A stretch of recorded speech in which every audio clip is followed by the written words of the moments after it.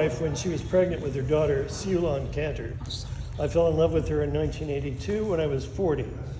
We were engaged twice during the following 20 years, and finally we married when I was 60. It was quite a ride living with her and being her husband for the past 19 years. Sadly, she passed away as I began living my 80th year on Earth.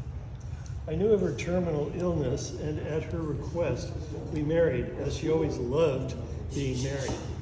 I was her 7th husband and her 11th marriage.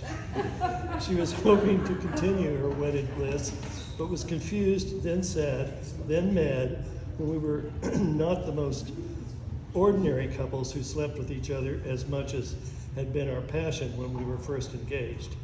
Most of the time, it was make-up sex for us, and although we both loved the sex, I never liked to engage in the continuous arguments that she seemed to require for our lovemaking to ensue. So we were lacking those heated fights that she and her best husband, Paul Cantor, would often start, and it frustrated her no end that I would engage in the same heated conversations with her. She continued to tell me she loved me, but it was not to her liking that my bisexuality had ceased to include her, or anyone else for that matter. I just felt it was easier not to make anyone mad at me for not fucking them. So I remained as celibate as that priest in the church across the street. I felt that she seemed to be better when I was around than when I was not with her, and her spirits were higher when we were together. So I finally agreed to marry her, and we had a brief divorce, separation, but then re-wed again and stayed married until her death this January. She was one of the most remarkable women I ever met, and I would not have changed the course of our lives for anything. May she rest in eternal peace, and whereas I used to threaten her that I was going to put her ashes next to my mother's in my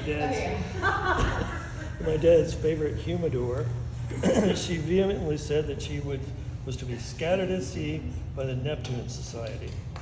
That said, Seulon gave me a ceramic urn several years ago, which said on the outside, ashes of my exes.